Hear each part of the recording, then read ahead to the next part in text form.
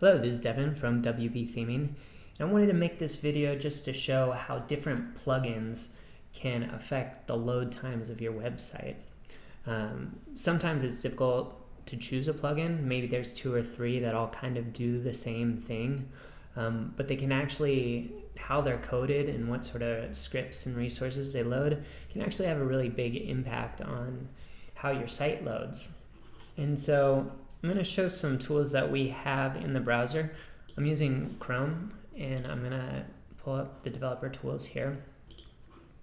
I'm on the 404 page, which is a good page to look at just because generally not a lot of resources are loaded on here.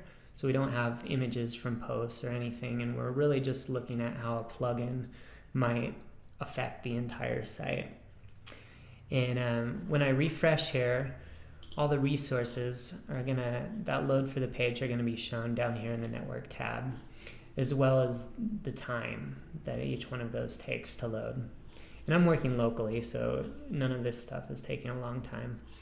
But we can see, the first thing that loads is the fonts, and then we have a style sheet, and then we have some JavaScript, and we go all the way down, and we can see that there's 13 requests for this page. So that means when this page loads, it needs to load 13 files, and it's transferring 8.1 kilobytes in the time it takes to load.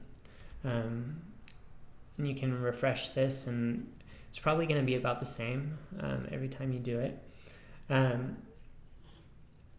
So let's see what happens when we enable a plugin.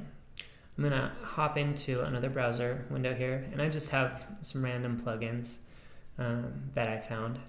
And so let's activate bbPress, for example.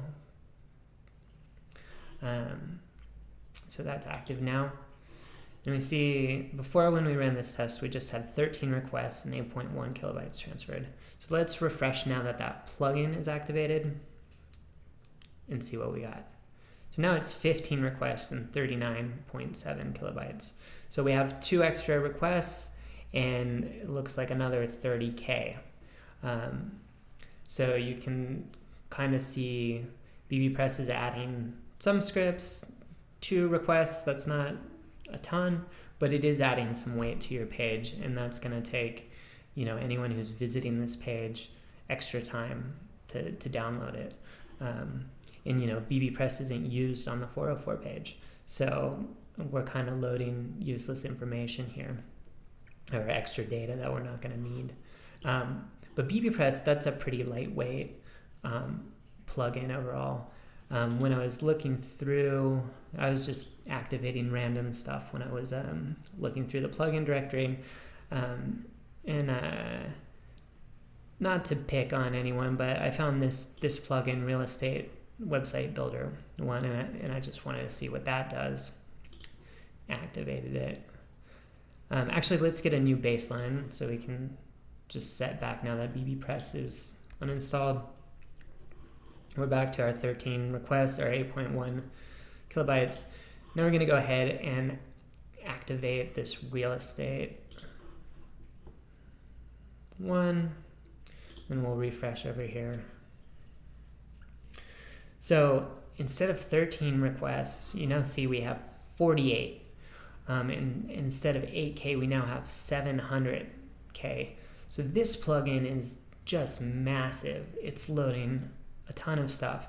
We can drill down and see, what is the additional scripts that are being loaded. And we see here we have Orbit, FancyBox, style sheets, plugin nags. There's all these style sheets that are being added.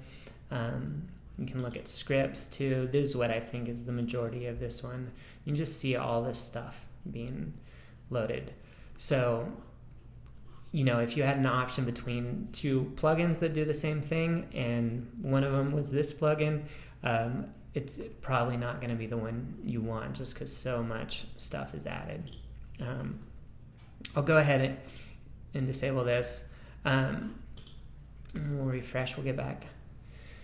So I think a more common one is like maybe you have 2 contact forms. Here's contact forms It's called contact form, and then here's contact form 7. So you can activate these and try them out. See which one you like better. You know, performance isn't absolutely everything if the plugin doesn't do what you need it to do. But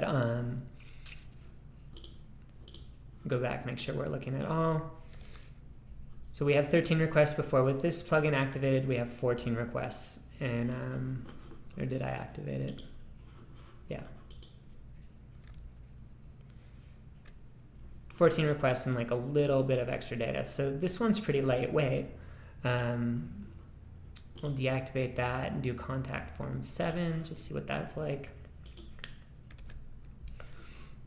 16 requests and 35. So this contact form 7 is adding a lot more than this other one, at least on this page. You know, for plugins that do stuff like contact forms, you probably also want to try it on the actual page that you were loading the contact form on. But hopefully this gives you a good idea of how to measure these plugins' impact on the front-end performance in terms of scripts and styles, and help guide your choice when you're trying to pick one out.